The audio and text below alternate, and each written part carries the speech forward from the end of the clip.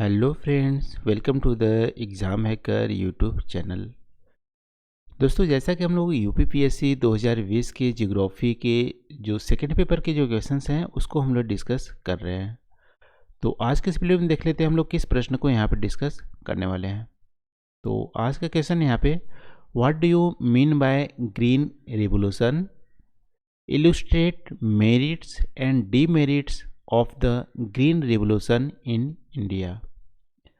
आपसे पूछ रहा है यहाँ पे, हरित क्रांति से आप क्या समझते हैं? भारत में हरित क्रांति के गुण दोषों की विवेचना कीजिए। तो क्वेश्चन के दो पार्ट हैं। फर्स्ट पार्ट में आपसे पूछ रहा है ग्रीन रिवोल्यूशन से क्या आप समझते हो।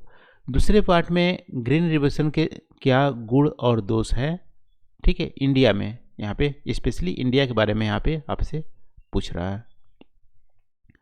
तो चलो दोस्तों, क्वेश्चन को स्टार्ट करते हैं।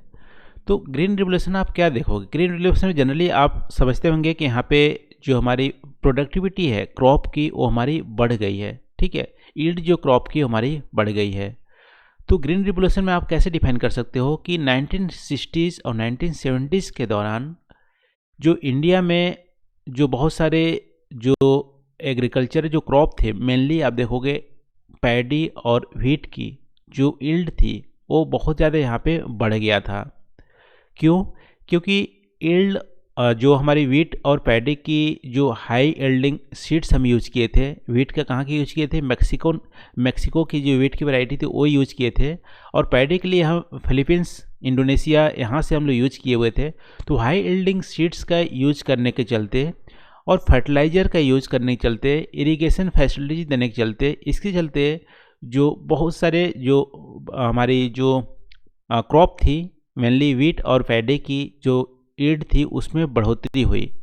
तो इन बढ़ोतरी के चलते को ही हम बोलते हैं ग्रीन रिवोल्यूशन, ठीक है। तो ग्रीन रिवोल्यूशन क्या होती है जनरली कि अच्छी वैरायटी का सीड यूज करके, फर्टिलाइजर यूज करके, इम्प्रूव्ड इरिगेशन की यूज करके जो 1960s और 1970 में जो क्रॉप की ईल्ड की बहुत ज़्यादा बढ़ोतरी हुई थी उसी को हम ग्रीन रिवोल्यूशन बोलते हैं, ठीक है। तो ग्रीन रिवोल्यूशन चलते हमारी, अब हम लोग देख लेते हैं मेरिट्स क्या हुए, डीमेरिट्स क्या हुए। तो मेरिट्स में आप देखोगे तो इंडिया में लगभग में वीट और पैडी की लास्ट 40-50 साल में 10 टाइम्स यील्ड्स की हमारी ग्रोथ हो गई है, ठीक है। तो प्रोडक्टिविटी क्या है, 10 गुना से भी ज़्यादा हमारा बढ़ गया है। और इसके चलते हमारी क्या हुई कि हमारी लाखों जो जीवन थे, लाखों करोड़ों जो हमारी लाइफ थी इंडिया की, वो हमारी भुखमरी से बच गए। उसके बाद हमारी भुखमरी यहाँ पे नहीं आई, फेमाइन नहीं आया, क्योंकि यहाँ पे यील्ड बहुत ज़्यादा हो गया था, हमारा फूड्स की प्रोडक्शन बहुत ज़्यादा हो गए थे। तो मिलियंस लाइफ हमारे जो इंडिया के थे वो हमारी इससे सेव हो गए। इसके अलावा जो फार्मर की जो इकोनॉमिक कंडीशन थी, लाइवलीहुड थी, वो भी हमारी इम्प्रूव्ड हो गए, क्योंकि उनकी आउटपुट जो थे वो हमारी ज़्यादा होने लगे ग्रीन रिवोल्यूशन के चलते। और फूड ग्रेन की सफिशिएंट हमारी प्रोडक्शन होने के चलते, मेनली पैडी और व्हीट के चलते, हम जो फूड ग्रेन की जो इम्पोर्ट है वो हम कम कर गए, और यहाँ पे जो अदर कंट्री से डिपेंडेंसी थी हमारी फूड ग्रेन के लिए वो हमारी मिनिमाइज हो गया। तो हमारी एक पॉजिटिव इम्पैक्ट है। इसके अलावा इंडिया सेल्फ सफिशिएंट हो गया बहुत सारे फूड ग्रेन्स के लिए, मेनली व्हीट और राइस के लिए। तो मेरिट्स में आप देख सकते हो कि लाखों जीवन हमारी जो इंडियंस की है वो हमारी बच गई, फार्मर की कंडीशन अच्छी हुई, और हम इंपोर्ट पे डिपेंडेंसी हमारी कम हुई, ठीक है। तो ये हमारे मेरिट्स हो गए ग्रीन रिवोल्यूशन के। अब डीमेरिट्स में आते हैं। तो डीमेरिट्स में आप देखोगे तो ग्रीन रिवोल्यूशन में हम क्या यूज़ कर रहे थे, बहुत ज़्यादा केमिकल फर्टिलाइजर का यूज़ कर रहे थे, ठीक है। आप देखो प्रोडक्टिविटी को बढ़ानी होती है तो क्या करते हैं, प्रोडक्टिविटी के मेनली डिफिनेशन क्या होती है, आउटपुट बाय इनपुट। तो इनपुट हमारा ज़्यादा यहाँ पे इम्प्रूव करना पड़ेगा एक तरह से, ठीक है।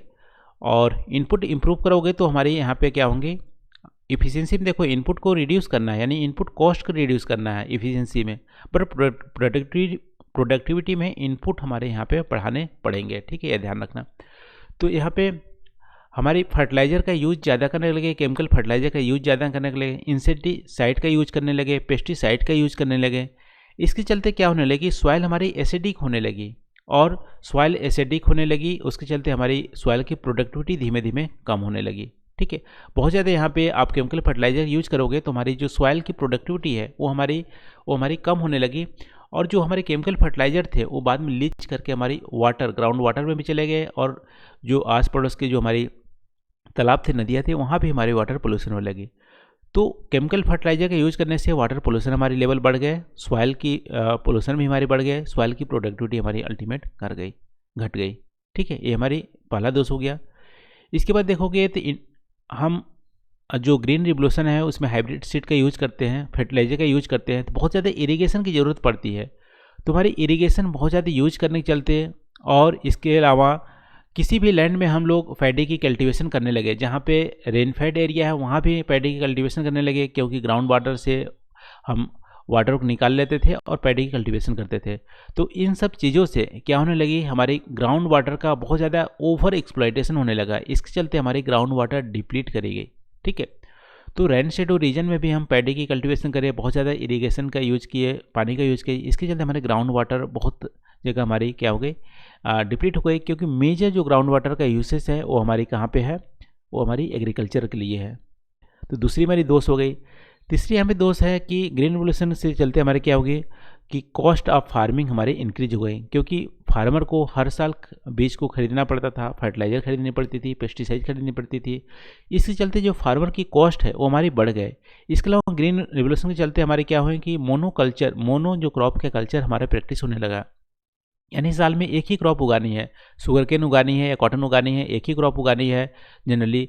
तो क्या होने लगे कि क्रॉप यदि फेलियर हो जाता है किसी भी कारणवश, और हमारी बहुत सारे इनपुट कॉस्ट भी हैं, हमने लोन लेके फार्मर ने उसमें किसान किया हुआ है, तो इन सब के चलते हमारी क्रॉप फेलियर और कॉस्ट ऑफ इनपुट बढ़ने के चलते हमारी क्या होगी कि फार्मर की स्ट्रेस हमारी बढ़ने लगे और फार्मर सुसाइड बहुत ज़्यादा करने लगे। ठीक है, तो ग्रीन रिवोल्यूशन के बाद आप देखोगे तो बहुत ज़्यादा सुसाइड जो फार्मर की है वो महाराष्ट्र या आपको पंजाब से भी देखने को मिलती है, क्योंकि वहाँ पे इनपुट कॉस्ट हमारी ज़्यादा हो गए हैं। ठीक है, तो मोनोक्रॉपिंग की प्रैक्टिस भी हमारी बढ़ गई, उसके चलते हमारी सॉइल की जो क्वालिटी है वो हमारा डिक्रीज कर गया। ठीक है, सॉइल क्वालिटी, आप मोनोक्रॉपिंग करोगे, एक ही क्रॉप को आप उगाओगे वहाँ पे, ठीक है, जैसे मान लो पैडी उगाने लगे या वहाँ पे शुगर कैन उगाने लगे, तो किसी पर्टिकुलर जो न्यूट्रिएंट्स हैं सॉइल की वो हमारी डिप्लीट कर जाती है और दूसरे न्यूट्रिएंट्स का यूज ही नहीं होता, तो हमारी सॉइल की क्वालिटी हमारी क्या हो जाती है, एक तरह से डिक्रीज हो जाती है। तो ये भी हमारी एक दोष है। इनिशियली आप देखोगे तो ग्रीन रिवोल्यूशन क्या है, लिमिटेड जगह पे हमारी सक्सेसफुल हुई थी, जहाँ पे इरिगेशन की फैसिलिटीज़ थी, जैसे कि हमारे पंजाब, हरियाणा, वेस्टर्न यूपी, तमिलनाडु में। और यहाँ पे जो इरिगेशन चलते जो फार्मर थे वो हमारी बहुत ज़्यादा बेनिफिट हुआ फार्मर का। तो यहाँ पे जो फार्मर थे वो बेनिफिट हो गए, अदर रीजन के फार्मर को उनका उतना बेनिफिट नहीं मिला। तो इसके चलते क्या हो गए, रीजनल इनबैलेंस यानी रीजनल डिस्पैरिटी क्रिएट हो गई। पंजाब हरियाणा के जो फार्मर थे वो बहुत ज़्यादा रिच हो गए, और हमारे जो ईस्टर्न यूपी के हैं या आपको वेस्ट बंगाल या अदर एमपी के जो फार्मर हैं उनको ग्रीन रिवोल्यूशन से फ़ायदा नहीं हुआ। तो एक रीजन हमारा ज़्यादा डेवलप हो गया, दूसरी रीजन हमारी कम डेवलपमेंट हो गए, तो रीजनल डिस्पैरिटी भी हमारी हो गई। इसके अलावा आप देखोगे तो बड़े जो फार्मर हैं वो ग्रीन रिवोल्यूशन चलते ज़्यादा उनको बेनिफिट हुआ। ठीक है, उनके पास इनपुट खर्च करने के लिए पैसे थे या बड़ी हमारे उनके पास ज़मीन थी, तो उन्होंने इनपुट को अपना बढ़ा के हमारा एग्रीकल्चर प्रोडक्टिविटी बढ़ाया। इसके चलते बड़े जो फार्मर थे बहुत ज़्यादा बेनिफिट हुए। छोटे जो पुअर फार्मर थे वो हमारे ग्रीन रिवोल्यूशन के जो बेनिफिट है उससे उनको उतना ज़्यादा बेनिफिट हुआ नहीं। इसके चलते हमारी इनइक्वलिटी सोसाइटी में और भी बढ़ गई, रिच फार्मर रिचर हो गए और पुअर फार्मर और पुअर हो गए। ठीक है, क्योंकि उन्होंने टेक्नोलॉजी का यूज वगैरह उतने किया नहीं, तो ये भी हमारी एक तरह से दोष है।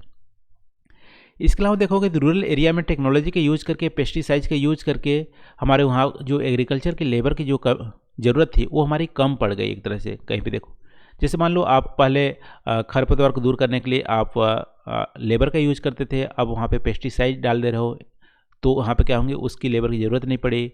पहले हल जोतने के लिए लेबर की ज़रूरत पड़ती थी, अब ट्रैक्टर से हल जोत ले रहे हैं। तो क्या हुआ, वहाँ पे रूरल में जो है वो एग्रीकल्चर जो लेबर की डिमांड थी वो हमारी कम हो गई, और कहीं ना कहीं जो पुअर जिसके पास ज़मीन नहीं थी या जो लैंडलेस लेबर थे उनको वहाँ पे नौकरी नहीं मिला, और वो हमारे अर्बन की ओर माइग्रेट होने लगे। तो रूरल टू अर्बन माइग्रेशन बढ़ने लगा, और जो जिनके पास ज़मीन नहीं थे उनको और ज़्यादा यहाँ पे एक तरह से घाटा हुआ। तो ये हमारे मेरिट्स और डिमेरिट्स है हमारी ग्रीन रिवोल्यूशन का। तो आज की इस वीडियो में बस नहीं दोस्तों, आई होप यहाँ पे जो हम लोग डिस्कस किए हैं ग्रीन रिवोल्यूशन के बारे में आपको यहाँ पे पसंद आए होंगे। यदि कोई भी पॉइंट छूट गया हो या कुछ भी आप थॉट को शेयर करना चाहते हो तो प्लीज़ कमेंट करके आप जरूर इसको शेयर कीजिएगा। तो थैंक यू फॉर वॉचिंग, मिलते हैं अगले वीडियो में नए टॉपिक के साथ। Thank you.